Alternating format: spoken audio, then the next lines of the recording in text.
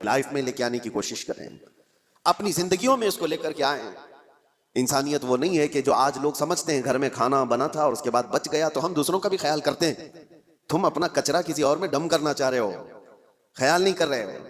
خیال اس کو کہتے ہیں کہ جب گرم کھانا بنا ہوا ہو اور پہلے کسی اور کا خیال آ جائے، پہلے کسی فقیر کا خیال آ جائے۔ بچ جانے کے بعد بہت سارے ایسے، ہم پہلے جب دارالعلوم میں ہوا کرتے، مدرسہ ہم بھی چلاتے تھے، اکثر لوگ شادی میں ولیمے میں دن بھر مصروف اور رات کو کھانا بچا ہے تو کہتے ہیں مدرسے کے بچوں کو کھلا دیں گے۔ بچوں کو لا کر کے کھلانے کے لیے بڑے بڑے آدھے آدھے دیگ بچے ہوئے لے کر کے آتے ہیں اور پھر وہ اس کو ثواب سمجھتے ہیں۔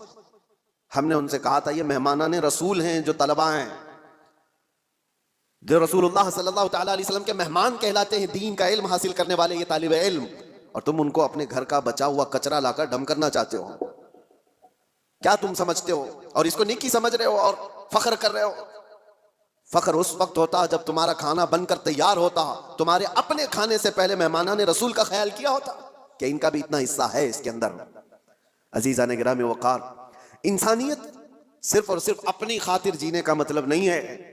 انسان جیے تو اللہ تبارک و تعالیٰ کی اس مخلوق کے لیے، اور اسی لیے اللہ کے حبیب صلی اللہ تعالیٰ علیہ وسلم کی وہ حدیث میں آپ کو سنا دوں تاکہ زندگی جینے کا آپ کو سلیقہ ملے۔ حضور اکرم صلی اللہ تعالیٰ علیہ وسلم فرماتے ہیں من نفس کربت اخیہ نفس اللہ کربتہ یوم القیامہ، جس نے اپنے کسی بھائی کی کسی ایک تکلیف کو آسان کر دیا، کسی تکلیف میں پھنسا ہوا تھا، وہ کسی دشواری میں ملوث تھا، آپ نے اپنی محنت سے اپنے کسی بھائی کی تکلیف کو آسان کیا، میرے آقا فرماتے ہیں قیامت کے دن اس کی تکلیفوں کو اللہ آسان کر دے گا۔ اور کیا چاہیے، اور کیا چاہیے؟ آخرت میں اگر ہماری تکلیفیں کھل جاتی ہوں، اس سے بڑا آپ کو اجر کیا چاہیے؟ وہاں کے حالات تو ایسے ہیں کہ بڑے بڑے لوگ ڈرے ہوئے ہوں گے، پتہ نہیں چلتا کہ نمازیں بخشوا لیں گی یا زکوٰۃ یا حج، یا پھر یہ بھی نہیں پتہ چلتا کہ سب میں پکڑے جائیں گے۔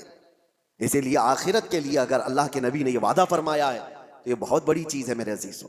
راستے سے تکلیف دہ چیز کو ہٹانا، حضور فرماتے ہیں اماطۃ الاذی عن الطریق صدقۃ، راستے سے تکلیف دینے والی کسی چیز کو اٹھا دینا ایک صدقے کا ثواب ہے، ایک صدقے کا ثواب ہے۔ میں نے پڑھا تھا ایک بزرگ تھے، آپ کو حیرت ہوگی سن کر کے، پہاڑ کے اوپر انہوں نے 60 سال زندگی گزاری۔